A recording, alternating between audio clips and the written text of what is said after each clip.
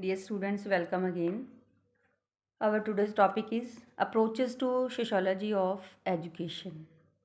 ਸਿੱਖਿਆ ਦੇ ਸਮਾਜ ਸ਼ਾਸਤਰ ਪ੍ਰਤੀ ਪਹੁੰਚਾਂ। ਇਹਦੇ ਵਿੱਚ ਤਿੰਨ ਜਿਹੜੀਆਂ ਅਪਰੋਚਸ ਨੇ ਅਸੀਂ ਕਰਨੀਆਂ। ਸਭ ਤੋਂ ਪਹਿਲਾਂ ਹੈ ਫੰਕਸ਼ਨਲਿਜ਼ਮ ਸਟਰਕਚਰਲ ਅਪਰੋਚ, ਵਿਵਹਾਰਿਕਤਾਵਾਦ ਸੰਰਚਨਾਤਮਕ ਪਹੁੰਚ। ਦੂਸਰੀ ਹੈ ਕੌਨਫਲਿਕਟ ਥਿਊਰੀ ਅਪਰੋਚ, ਮਤਭੇਦ ਸਿਧਾਂਤ ਪਹੁੰਚ। ਤੀਸਰੀ ਹੈ ਇੰਟਰੈਕਸ਼ਨਿਜ਼ਮ ਅਪਰੋਚ, ਅੰਤਰਕਿਰਿਆਵਾਦ ਅਪਰੋਚ। ਹੁਣ ਅਸੀਂ ਇਹਦੇ ਵਿੱਚ ਜਿਹੜੀ ਸਭ ਤੋਂ ਪਹਿਲਾਂ ਹੈ ਫੰਕਸ਼ਨਲ ਸਟਰਕਚਰਲ ਅਪਰੋਚ, ਵਿਵਹਾਰਿਕਤਾਵਾਦ ਸੰਰਚਨਾਤਮਕ ਪਹੁੰਚ। ਅਸੀਂ ਇਹਦੇ ਬਾਰੇ ਗੱਲ ਕਰਾਂਗੇ। ਸਭ ਤੋਂ ਪਹਿਲਾਂ ਅਸੀਂ ਇਹਦਾ ਜਿਹੜਾ ਮੀਨਿੰਗ ਆ ਉਹ ਕਲੀਅਰ ਕਰਦੇ ਹਾਂ ਕਿ ਜਿਹੜੇ ਇਹਦੇ ਵਿੱਚ ਦੋ ਵਰਡ ਯੂਜ਼ ਕੀਤੇ ਗਏ ਨੇ ਇਹਨਾਂ ਦਾ ਕੀ ਮੀਨਿੰਗ ਹੈ। ਇਹਦੇ ਵਿੱਚ ਹੈਗਾ ਵੀ ਉਹ ਸਾਰੀਆਂ ਸਮਾਜਿਕ ਸੰਸਥਾਵਾਂ ਨੂੰ ਇਕੱਠ ਦੇ ਤੌਰ 'ਤੇ ਬਿਆਨ ਕਰਦਾ ਹੈ ਜਿਹੜੀਆਂ ਕਿ ਵਿਅਕਤੀਗਤ ਮੀਨਸ ਇੰਡੀਵਿਜੂਅਲ ਅਤੇ ਜਿਹੜੀਆਂ ਸੋਸ਼ਲ ਨੀਡਸ ਨੂੰ ਪੂਰਾ ਕਰਨ ਦੇ ਸਮਰੱਥ ਹੁੰਦੀਆਂ ਨੇ। ਸੋਸ਼ੈਲੋਜੀ ਦੇ ਵਿੱਚ ਫੰਕਸ਼ਨਲਿਜ਼ਮ ਦਾ ਜਿਹੜਾ ਘੇਰਾ ਹੈ ਉਹ ਬਹੁਤ ਹੀ ਜ਼ਿਆਦਾ ਵਿਸ਼ਾਲ ਹੈ। ਕੰਮ ਦੇ ਆਧਾਰ 'ਤੇ ਫੰਕਸ਼ਨਲਿਜ਼ਮ ਕੀ ਹੈ, ਸਮਾਜ ਨੂੰ ਇੱਕ ਵੱਡੇ ਅਦਾਰੇ ਦੇ ਰੂਪ ਦੇ ਵਿੱਚ ਬਿਆਨ ਕਰਦਾ ਹੈ ਜਿਹਦੇ ਵਿੱਚ ਸਮਾਜ ਦੇ ਸਾਰੇ ਕਸਟਮਸ, ਕੋਈ ਬੰਦਿਸ਼ਾਂ ਨੇ, ਕੋਈ ਨਿਯਮ ਨੇ ਅਤੇ ਜਿੰਨੀਆਂ ਵੀ ਸੰਸਥਾਵਾਂ ਨੇ ਉਹ ਸਾਰੀਆਂ ਇਹਦੇ ਵਿੱਚ ਸ਼ਾਮਿਲ ਹੁੰਦੀਆਂ ਨੇ। ਫੰਕਸ਼ਨਲਿਜ਼ਮ ਦਾ ਜਿਹੜਾ ਸਿਧਾਂਤ ਹੈ 19ਵੀਂ ਸਦੀ ਦੇ ਵਿੱਚ ਕੌਮਟੇ ਦੇ ਓਰੇਗੇਨਿਸਿਮਮ ਵਿੱਚੋਂ ਨਿਕਲ ਕੇ ਆਇਆ ਹੈ। ਫੰਕਸ਼ਨਲਿਜ਼ਮ ਨੇ ਕੁਝ ਜਿਹੜੇ ਸਿਧਾਂਤ ਨੇ ਉਹ ਇਮਾਇਲ ਦੁਰਖੀਮ ਦੇ ਵਿਚਾਰਾਂ ਤੋਂ ਵੀ ਪ੍ਰਭਾਵਿਤ ਨੇ, ਜਿਹਦੇ ਅਨੁਸਾਰ ਕੀ ਹੈ ਵੀ ਜਿਹੜੀ ਪੁਰਾਣੀ ਸਮਾਜਿਕ ਵਿਵਸਥਾ ਵਿੱਚ ਸਮਾਜ ਦੇ ਜਿਹੜੇ ਲੋਕ ਨੇ ਬਹੁਤ ਸਾਰੇ ਛੋਟੇ ਛੋਟੇ ਸਮੂਹਾਂ ਦੇ ਵਿੱਚ ਰਹਿੰਦੇ ਸੀ, ਜਿੱਥੇ ਉਹ ਬਹੁਤ ਮਜ਼ਬੂਤ ਪਰਿਵਾਰਿਕ ਸੰਘ ਵਿੱਚ ਰਹਿ ਕੇ ਆਪਣੇ ਜਿਹੜੇ ਰੂਟੀਨ ਦੇ ਕੰਮ ਸੀ ਉਹ ਕਰਦੇ ਸੀ। ਉਹਨਾਂ ਵਿੱਚ ਜਿਹੜਾ ਆਪਸੀ ਸਹਿਯੋਗ ਅਤੇ ਵਟਾਂਦਰੇ ਦੀ ਭਾਵਨਾ ਵੀ ਹੁੰਦੀ ਸੀ। ਪਰ ਜਿਹੜਾ ਅਜੋਕਾ ਟਾਈਮ ਹੈ, ਜਿਹੜਾ ਅਜੋਕਾ ਸਾਡਾ ਸੋਸ਼ਲ ਸਿਸਟਮ ਹੈ, ਇਹਦੇ ਵਿੱਚ ਕੀ ਹੈ, ਪਹਿਲਾਂ ਨਾਲੋਂ ਸਾਰਾ ਕੁਝ ਉਲਟੇ, ਸਾਰੀਆਂ ਬੰਦਿਸ਼ਾਂ ਨੂੰ ਤੋੜ ਕੇ ਕੇਵਲ ਜ਼ਰੂਰਤਾਂ ਤੱਕ ਹੀ ਇੱਕ ਦੂਸਰੇ ਦੇ ਉੱਪਰ ਨਿਰਭਰ ਨੇ ਅਤੇ ਆਪਸੀ ਸਹਿਯੋਗ ਵੀ ਪਹਿਲਾਂ ਦੇ ਮੁਕਾਬਲੇ ਬਹੁਤ ਘਟ ਗਿਆ ਹੈ। ਇਸ ਤਰ੍ਹਾਂ ਕੀ ਹੈ, ਜਿਹੜੀ ਫੰਕਸ਼ਨਲਿਸਟ ਸੋਚ ਹੈ ਸਮਾਜ ਦੇ ਵਰਤਾਰੇ ਦੀ ਇੱਕ ਦੂਸਰੇ 'ਤੇ ਨਿਰਭਰਤਾ ਨੂੰ ਧਿਆਨ ਦੇ ਵਿੱਚ ਰੱਖ ਕੇ ਸਮੇਂ-ਸਮੇਂ 'ਤੇ ਜਿਹੜੀਆਂ ਵੀ ਚੇਂਜਸ ਆਉਂਦੀਆਂ ਨੇ ਸਾਨੂੰ ਉਹਨਾਂ ਬਾਰੇ ਇਹ ਦੱਸਦੀ ਹੈ।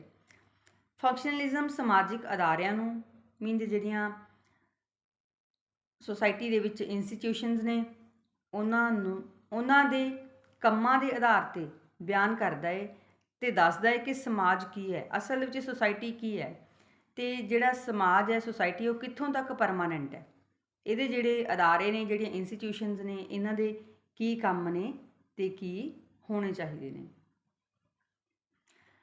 ਹੁਣ ਜਿਹੜੀ ਇਹ ਸਟਰਕਚਰਲ ਫੰਕਸ਼ਨਲਿਜ਼ਮ ਹੈ, ਇਹ ਅਪਰੋਚ ਜਿਹੜੀ ਵਿਧੀ ਹੈ ਸਮਾਜ ਨੂੰ ਬਹੁਤ ਹੀ ਕੰਪਰੀਹੈਂਸਿਵ ਲੈਵਲ 'ਤੇ ਬਿਆਨ ਕਰਦੀ ਹੈ, ਜਿਹਦੇ ਵਿੱਚ ਸਮਾਜ ਨੂੰ ਇੱਕ ਕੰਪਲੀਕੇਟਡ ਦੱਸਦਿਆਂ ਹੋਇਆਂ ਇਹਦੇ ਸਾਰੇ ਜਿਹੜੇ ਪੱਖ ਨੇ ਇੱਕ ਦੂਸਰੇ ਦੇ ਲਈ ਕੰਮ ਕਰਦੇ ਨੇ।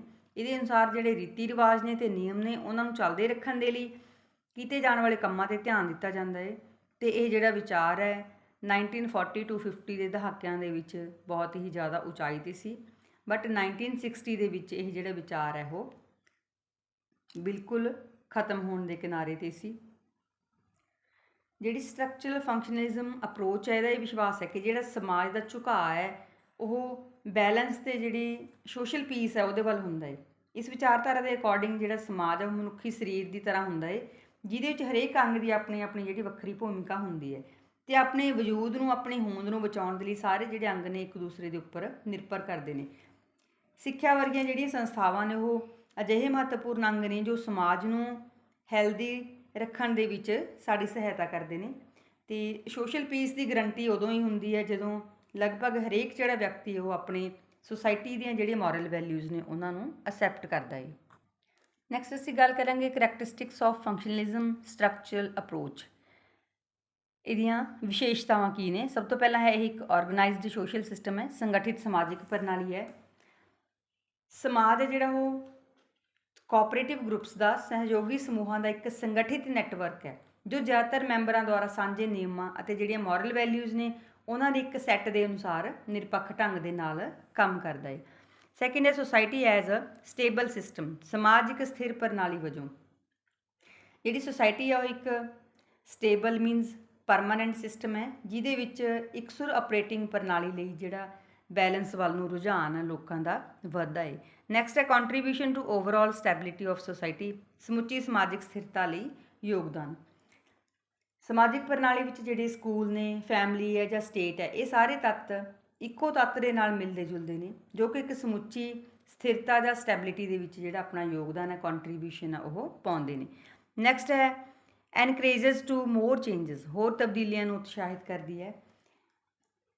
ਇਹ ਸਮਾਜਿਕ ਤਬਦੀਲੀ ਹੈ ਜਿਹੜੀ ਉਹ ਵਿਨਾਸ਼ਕਾਰੀ ਹੋਣ ਦੀ ਸੰਭਾਵਨਾ ਰੱਖਦੀ ਹੈ, ਮੀਨਜ਼ ਨੁਕਸਾਨ ਹੋ ਸਕਦਾ ਜਦੋਂ ਤੱਕ ਇਹ ਮੁਕਾਬਲਤਨ ਹੌਲੀ ਹੌਲੀ ਨਹੀਂ ਹੁੰਦੀ, ਕਿਉਂਕਿ ਸਿਸਟਮ ਦੇ ਇੱਕ ਹਿੱਸੇ ਦੇ ਵਿੱਚ ਜਿਹੜੀਆਂ ਚੇਂਜਸ ਨੇ, ਤਬਦੀਲੀਆਂ ਨੇ, ਉਹ ਸਿਸਟਮ ਦੇ ਵਿੱਚ ਹੋਰ ਤਬਦੀਲੀਆਂ ਨੂੰ ਮੋਟੀਵੇਟ ਕਰਦੀਆਂ ਨੇ। ਨੈਕਸਟ ਹੈ ਬੇਸਡ ਔਨ ਬੇਸਿਕ ਨੀਡਸ, ਮੁੱਢਲੀਆਂ ਜ਼ਰੂਰਤਾਂ ਉੱਪਰ ਆਧਾਰਿਤ। ਭਾਵੇਂ ਜੀਵ ਜੰਤੂ ਨੇ, ਭਾਵੇਂ ਮਨੁੱਖ ਹੈ, ਉਹਦੀ ਕੁਝ ਜਿਹੜੀਆਂ ਮੁੱਢਲੀਆਂ ਜ਼ਰੂਰਤਾਂ ਨੇ ਉਹ ਹੁੰਦੀਆਂ ਨੇ ਜਿਹੜੀਆਂ ਕਿ ਪੂਰੀਆਂ ਹੋਣੀਆਂ ਜ਼ਰੂਰੀ ਨੇ। ਸਮਾਜ ਦੇ ਵਿੱਚ ਵੀ ਜਿਹੜੀਆਂ ਮੁੱਢਲੀਆਂ ਜ਼ਰੂਰਤਾਂ ਨੇ ਉਹ ਪੂਰੀਆਂ ਹੋਣੀਆਂ ਚਾਹੀਦੀਆਂ ਨੇ, ਅਤੇ ਇਹ ਜਿਹੜੀਆਂ ਜ਼ਰੂਰਤਾਂ ਨੇ ਸੁਸਾਇਟੀ ਦੇ ਕਾਰਜਸ਼ੀਲ ਦ੍ਰਿਸ਼ਟੀਕੋਣ ਵਜੋਂ ਦੇਖੀਆਂ ਜਾਂਦੀਆਂ ਨੇ, ਮੀਨਜ਼ ਵਰਕਿੰਗ ਐਟੀਟਿਊਡ ਦੇ ਵਜੋਂ ਦੇਖੀਆਂ ਜਾਂਦੀਆਂ ਨੇ। ਨੈਕਸਟ ਹੈ basic unit of analysis of society, ਵਿਸ਼ਲੇਸ਼ਣ ਦੀ ਮੁੱਢਲੀ ਇਕਾਈ ਸਮਾਜ। ਕਾਰਜਸ਼ੀਲਤਾ ਜਿਹੜੀ ਉਹ ਸਮਾਜ ਨੂੰ ਸਿਸਟਮ ਦੇ ਤੌਰ 'ਤੇ ਮੰਨਦੀ ਹੈ, ਅਤੇ ਜਿਹੜਾ ਐਨਾਲਿਸਿਸ ਹੈ ਇਹਦੀ ਮੁੱਢਲੀ ਇਕਾਈ ਵੀ ਸਮਾਜ ਹੀ ਹੈ, ਸੁਸਾਇਟੀ ਹੈ। ਇਹਦੇ ਵੱਖ-ਵੱਖ ਹਿੱਸਿਆਂ ਨੂੰ ਮੁੱਖ ਤੌਰ 'ਤੇ ਉਹਨਾਂ ਦੇ ਸੰਬੰਧਾਂ ਦੇ ਆਧਾਰ 'ਤੇ ਹੀ ਸਮਝਿਆ ਜਾਂਦਾ ਹੈ। ਨੈਕਸਟ ਹੈ ਫੰਕਸ਼ਨਸ ਐਂਡ ਡਿਸਫੰਕਸ਼ਨਸ, ਕਾਰਜ ਅਤੇ ਕਾਰਜਹੀਨਤਾ। ਸਮਾਜਿਕ ਪ੍ਰਣਾਲੀ ਦੇ ਕੁਝ ਹਿੱਸਿਆਂ ਦਾ ਜਿਹੜਾ ਮੋਟਿਵ ਹੈ ਉਹ ਜ਼ਰੂਰੀ ਤੌਰ 'ਤੇ ਸਾਨੂੰ ਇਹ ਨਹੀਂ ਦੱਸਦੇ ਕਿ ਇਹਦੇ ਕੰਮ ਕੀ ਨੇ, ਕਿਉਂਕਿ ਉਹਨਾਂ ਦੇ ਜਿਹੜੇ ਹਿੱਸੇ ਦੇ ਉਦੇਸ਼ਾਂ ਤੋਂ ਇਲਾਵਾ ਜਿਹੜੇ ਹੋਰ ਵੀ ਨਤੀਜੇ ਨੇ ਉਹ ਵੀ ਹੋ ਸਕਦੇ ਨੇ। ਇਸ ਕਰਕੇ ਇਹ ਜਿਹੜਾ ਕਾਰਜ ਹੈ ਅਤੇ ਕਾਰਜਹੀਨਤਾ ਸਾਨੂੰ ਦੋਵਾਂ ਤਰ੍ਹਾਂ ਦੀ ਜਿਹੜੀ ਨੌਲੇਜ ਹੈ ਉਹ ਪ੍ਰੋਵਾਈਡ ਕਰਦੇ ਨੇ। ਨੈਕਸਟ ਹੈ ਸੋਸ਼ਲਾਈਜੇਸ਼ਨ, ਸਮਾਜੀਕਰਨ। ਜਿਹੜਾ ਸੰਰਚਨਾਤਮਕ ਵਿਵਹਾਰਿਕਤਾਵਾਦ ਹੈ ਉਹ ਇਹ ਮੰਨਦਾ ਹੈ ਕਿ ਸਿੱਖਿਆ ਵਰਗੀਆਂ ਜਿਹੜੀ ਸੰਸਥਾਵਾਂ ਨੇ ਉਹ ਉਹਨਾਂ ਦਾ ਮੁੱਖ ਉਦੇਸ਼ ਕੀ ਹੈ, ਬੱਚਿਆਂ ਅਤੇ ਜਿਹੜੇ ਕਿਸ਼ੋਰ ਨੇ, ਅਡਲਟਸ ਨੇ, ਉਹਨਾਂ ਦਾ ਸੋਸ਼ਲਾਈਜੇਸ਼ਨ ਕਰਨਾ ਹੈ। ਟੂ ਬੀ ਰਿਸਪੋਂਸੀਬਲ ਸਿਟੀਜ਼ਨਸ, ਜ਼ਿੰਮੇਵਾਰ ਨਾਗਰਿਕ ਬਣਨ 'ਤੇ ਜ਼ੋਰ। ਸੋਸ਼ਲਾਈਜੇਸ਼ਨ ਇੱਕ ਇਸ ਤਰ੍ਹਾਂ ਦੀ ਪ੍ਰੋਸੈਸ ਹੈ ਜਿਹਦੇ ਵਿੱਚ ਨਵੀਆਂ ਜਿਹੜੀਆਂ ਨਸਲਾਂ ਨੇ, ਨਵੀਆਂ ਪੀੜ੍ਹੀਆਂ ਨੇ, ਉਸ ਗਿਆਨ ਨਾਲ, ਉਸ ਦ੍ਰਿਸ਼ਟੀਕੋਣ 'ਤੇ ਜਿਹੜੀਆਂ ਕੀਮਤਾਂ ਨੂੰ ਸਿੱਖਦੀਆਂ ਨੇ ਜਿਹੜੀਆਂ ਉਹਨਾਂ ਨੂੰ ਭਵਿੱਖ ਦੇ ਵਿੱਚ ਵਧੀਆ ਨਾਗਰਿਕ ਬਣਨ ਦੇ ਲਈ ਜ਼ਰੂਰਤ ਪੈਂਦੀ ਹੈ। ਨੈਕਸਟ ਹੈ ਕੰਟਰੋਲਡ ਬਿਹੇਵੀਅਰ, ਨਿਯੰਤਰਿਤ ਵਿਵਹਾਰ। ਜਿਹੜੇ ਵਿਦਿਆਰਥੀ ਨੇ ਉਹ ਨਿਯਮਾਂ ਅਤੇ ਕੀਮਤਾਂ ਨੂੰ ਇਸ ਲਈ ਸਿੱਖਦੇ ਨੇ, ਵੈਲਿਊਜ਼ ਨੂੰ ਇਸ ਲਈ ਲਰਨ ਕਰਦੇ ਨੇ ਕਿਉਂਕਿ ਸਕੂਲ ਦੇ ਵਿੱਚ ਉਹਨਾਂ ਦਾ ਜਿਹੜਾ ਬਿਹੇਵੀਅਰ ਹੈ ਉਦੋਂ ਤੱਕ ਕੰਟਰੋਲਡ ਹੁੰਦਾ ਹੈ ਜਦੋਂ ਤੱਕ ਉਹ ਇੰਟਰਨਲੀ ਆਪਣੇ ਆਪ ਨੂੰ ਉਹਦੇ ਵਿੱਚ ਐਡਜਸਟ ਨਹੀਂ ਕਰ ਲੈਂਦੇ, ਇਹਨਾਂ ਨੂੰ ਅਡੋਪਟ ਨਹੀਂ ਕਰ ਲੈਂਦੇ। ਨੈਕਸਟ ਹੈ ਇੰਪਲੋਇਮੈਂਟ, ਰੁਜ਼ਗਾਰ। ਸਿੱਖਿਆ ਦਾ ਜਿਹੜਾ ਹੋਰ ਕਾਰਜ ਹੈ ਸੁਸਾਇਟੀ ਦੇ ਵਿੱਚ ਉਹ ਹੈ ਵਿਅਕਤੀਆਂ ਨੂੰ ਰੁਜ਼ਗਾਰ ਦਿਵਾਉਣਾ। ਜਦੋਂ ਵੀ ਕੋਈ ਜਿਹੜੀ ਅਸਾਮੀਆਂ ਖਾਲੀ ਹੁੰਦੀ ਤਾਂ ਇਹਨੂੰ ਉਚਿਤ ਜਿਹੜੀ ਵਿਅਕਤੀ ਹੈ ਉਹਦੀ ਨਿਯੁਕਤੀ ਦੇ ਨਾਲ ਭਰਿਆ ਜਾਣਾ ਚਾਹੀਦਾ ਹੈ ਤਾਂ ਜੋ ਕਿਸੇ ਵੀ ਵਿਅਕਤੀ ਨਾਲ ਜਿਹੜਾ ਭੇਦਭਾਵ ਹੈ ਉਹ ਨਾ ਹੋਵੇ। ਨੈਕਸਟ ਹੈ ਇਨਕਮ ਅਕੋਰਡਿੰਗ ਟੂ ਅਚੀਵਮੈਂਟਸ। ਸਮਾਜ ਦੇ ਉਹ ਲੋਕ ਸਕੂਲ ਵਿੱਚ ਜਿਨ੍ਹਾਂ ਦੀਆਂ ਜਿਹੜੀਆਂ ਪ੍ਰਾਪਤੀਆਂ ਨੇ ਉੱਚੇ ਦਰਜੇ ਦੀਆਂ ਹੋਣ ਉਹਨਾਂ ਨੂੰ ਅਜਿਹੀਆਂ ਨੌਕਰੀਆਂ ਦੀ ਜਿਹੜੀ ਟ੍ਰੇਨਿੰਗ ਹੈ ਦਿੱਤੀ ਜਾਣੀ ਚਾਹੀਦੀ ਹੈ ਜਿਨ੍ਹਾਂ ਦੀ ਤਨਖਾਹ ਵੀ ਜ਼ਿਆਦਾ ਹੁੰਦੀ ਹੈ ਅਤੇ ਜਿਨ੍ਹਾਂ ਦੀ ਜਿਹੜੀ ਪ੍ਰਾਪਤੀ ਦਾ ਪੱਧਰ ਹੈ ਨੀਵਾਂ ਹੁੰਦਾ ਹੈ ਉਹਨਾਂ ਨੂੰ ਉਹਨਾਂ ਦੇ ਅਨੁਸਾਰ ਹੀ ਜਿਹੜੀ ਨੌਕਰੀ ਉਹ ਮਿਲਦੀ ਹੈ ਜਿਹਦੇ ਵਿੱਚ ਆਮਦਨ ਜਾਂ ਤਨਖਾਹ ਜਿਹੜੀ ਘੱਟ ਹੁੰਦੀ ਹੈ। ਹੁਣ ਨੈਕਸਟ ਅਸੀਂ ਗੱਲ ਕਰਾਂਗੇ ਵਿਊਜ਼ ਆਫ ਮੇਜਰ ਫੰਕਸ਼ਨਿਸਟਸ। ਕਿਹੜੇ ਕਿਹੜੇ ਜਿਹੜੇ ਫੰਕਸ਼ਨਿਸਟ ਨੇ ਜਿਨ੍ਹਾਂ ਨੇ ਮੇਜਰ ਇਸ ਅਪਰੋਚ ਦੇ ਲਈ ਕੰਮ ਕੀਤਾ। ਸਭ ਤੋਂ ਪਹਿਲਾਂ ਹੈ ਕੌਮਟੇ। ਕੌਮਟੇ ਦੇ ਸ਼ਬਦਾਂ ਦੇ ਵਿੱਚ ਕੀ ਹੈ ਵੀ ਸਮਾਜ ਦਾ ਜਿਹੜਾ ਅੰਗ ਹੈ ਉਹ ਇਕਸਾਰਤਾ ਨਾਲ ਇੱਕ ਦੂਸਰੇ ਦੇ ਨਾਲ ਜੁੜੇ ਹੋਏ ਨੇ ਜਿਵੇਂ ਕਿ ਬਹੁਤ ਸਾਰੇ ਜੀਵਾਂ ਦੇ ਅੰਗ। ਹੁਣ ਕੌਮਟੇ ਦੇ ਅਕੋਰਡਿੰਗ ਕੀ ਹੈ ਵੀ ਜਿਹੜਾ ਮਨੁੱਖੀ ਮਨ ਹੈ ਉਹ 3 ਸਟੇਜਿਸ ਦੇ ਵਿੱਚੋਂ ਲੰਘਦਾ ਹੈ, ਥਿਓਲੋਜੀਕਲ ਸਟੇਜ, ਮੈਟਾਫਿਜ਼ੀਕਲ ਸਟੇਜ ਅਤੇ ਪੋਜ਼ੀਟਿਵ ਸਟੇਜ। ਨੈਕਸਟ ਹੈ ਹਰਬਰਟ ਸਪੈਂਸਰ। ਸਪੈਂਸਰ ਦੀ ਜਿਹੜੀ ਸਮਾਜ ਸ਼ਾਸਤਰ ਦੀ ਮੁੱਖ ਵਿਸ਼ੇਸ਼ਤਾ ਹੈ ਉਹ ਵੀ ਸਮਾਜਵਾਦੀ ਪ੍ਰਣਾਲੀ ਦੇ ਵਿਕਾਸ ਦਾ ਜਿਹੜਾ ਜੈਵਿਕ ਨਮੂਨਾ ਹੈ ਉਹਦੇ ਨਾਲ ਯੂਟਿਲਿਟੇਰੀਅਨ ਇੰਡੀਵਿਜੂਅਲ ਨੂੰ ਜੋੜਨ ਦੀ ਕੋਸ਼ਿਸ਼ ਸੀ। ਕੁਦਰਤੀ ਚੋਣ ਦੇ ਜਿਹੜੇ ਜੀਵ ਵਿਗਿਆਨਕ ਸਿਧਾਂਤਾਂ ਤੋਂ ਪ੍ਰਭਾਵਿਤ ਸਪੈਂਸਰ ਨੇ ਇਹ ਦਲੀਲ ਦਿੱਤੀ ਸੀ ਕਿ ਜਿਹੜੀ ਸਮਾਜਿਕ ਪ੍ਰਣਾਲੀ ਹੈ ਉਹ ਜੀਵਾਣੂ ਅੰਦਰੂਨੀ ਭਿੰਨਤਾ ਅਤੇ ਏਕੀਕਰਨ ਦੀ ਪ੍ਰਕਿਰਿਆ ਦੁਆਰਾ ਆਪਣੇ ਵਾਤਾਵਰਣ ਨੂੰ ਢਾਲ ਲੈਂਦੇ ਨੇ ਅਤੇ ਸਪੈਂਸਰ ਦੀ ਸਮਾਜ ਸ਼ਾਸਤਰ ਧਾਰਨਾ ਅਕਸਰ ਸਹੀ ਤੇ ਸਮਾਜਿਕ ਡਾਰਵਿਨਵਾਦ ਦੇ ਬਚਾਅ ਦੇ ਸਿਧਾਂਤ ਦੇ ਨਾਲ ਜੁੜੀ ਹੁੰਦੀ ਹੈ। ਪਰ ਸਪੈਂਸਰ ਨੇ ਸੋਚਿਆ ਕਿ ਸ਼ੁਰੂਆਤੀ ਜਿਹੜੇ ਕੋਈ ਟੈਰਰਿਸਟ ਵਾਲੀਆਂ ਸੁਸਾਇਟੀਜ਼ ਨੇ ਉਹਨਾਂ ਦੇ ਵਿੱਚ ਮੁਕਾਬਲੇਬਾਜ਼ੀ ਤੇ ਜਿਹੜਾ ਸੰਘਰਸ਼ ਹੈ ਉਹ ਬਹੁਤ ਜ਼ਿਆਦਾ ਉੱਚਾ ਸੀ। ਨੈਕਸਟ ਹੈ ਇਮਾਈਲ ਦੁਰਖੀਮ।